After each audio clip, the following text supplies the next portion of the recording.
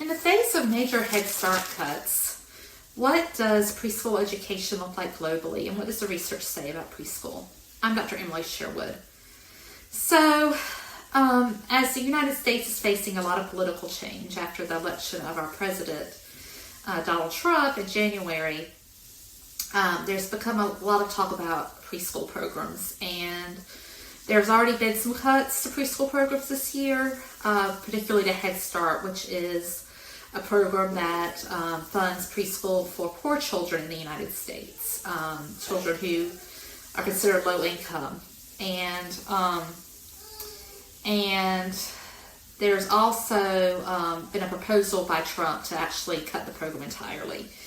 And Head Start has impacted 45 million families since it started in 1965, and now it serves over 800,000 children. In the United States, most preschool is not funded, generally speaking. Many students go to preschool, but it's usually a private preschool, like a church preschool often. And only schools that do have preschool programs, often those programs are only either for poor children or children who have special needs, who have disabilities. Those are the two groups that are primarily funded.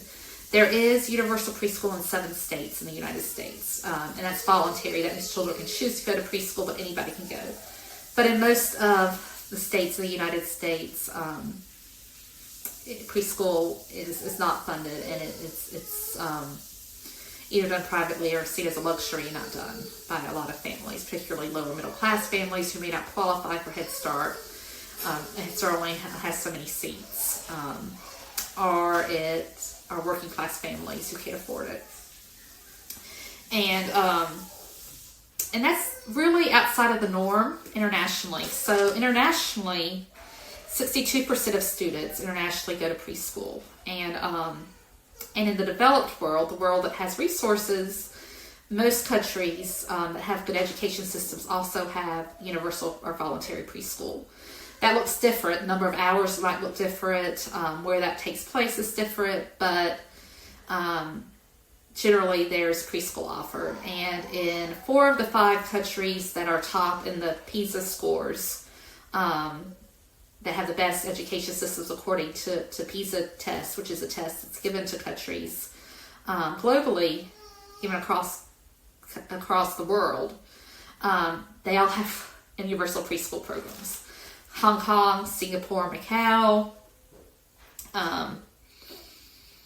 Japan all have programs for preschools for students to attend preschool free of charge. And again, that might vary. For example, in Hong Kong, this is kind of the voucher program, where the preschools are private, but they receive public money.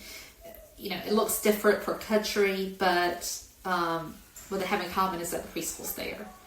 And in the United States, we don't have that. And the research shows that the other country, the top 5 that does not have preschool, is China. And China actually has, it doesn't have preschool, but there's a lot of education given by the family traditionally.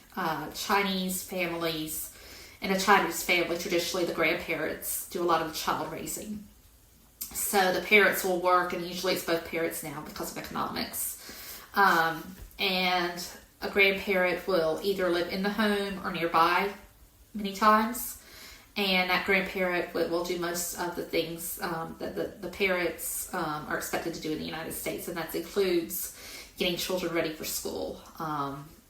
You do a lot of socio-emotional work, teach about life, teach about morals, nurture the child, help the child developmentally. All of that is typically done by grandparents in China. And if the grandparents aren't available, some other family member sometimes takes that up. Like a child may stay with an aunt or an uncle during the day.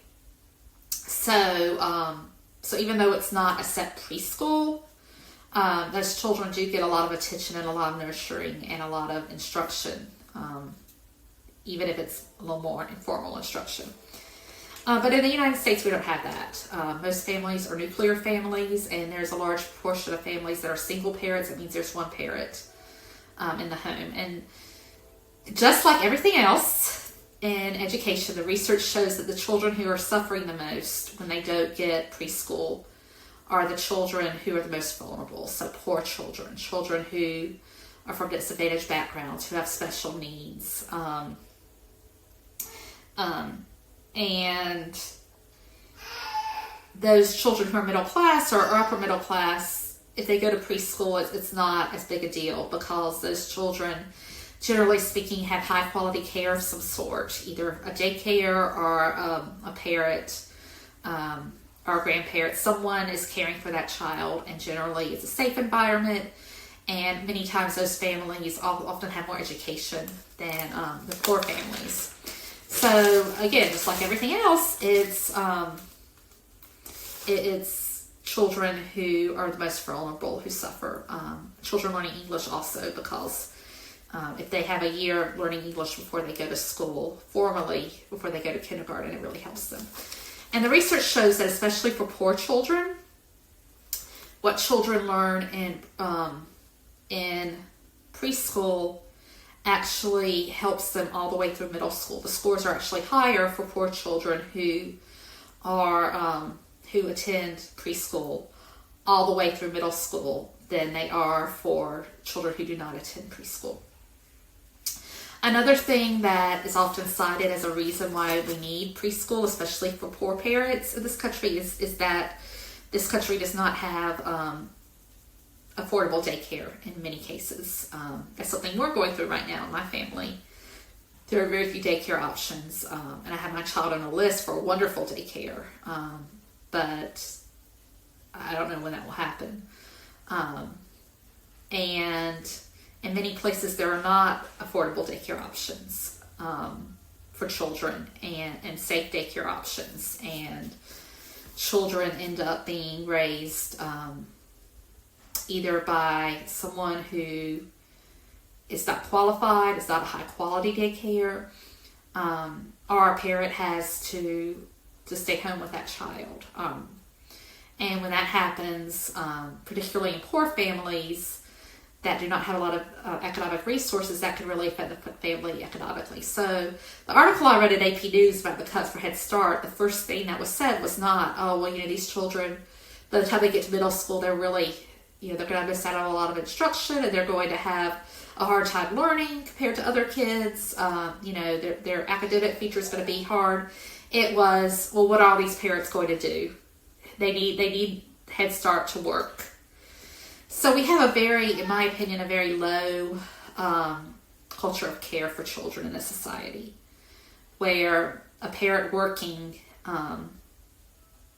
is more important and is a primary indicator of what services children should get. Having that parent bring in money is the most important thing, rather than the child having what they need, what that child needs for kindergarten and for their own.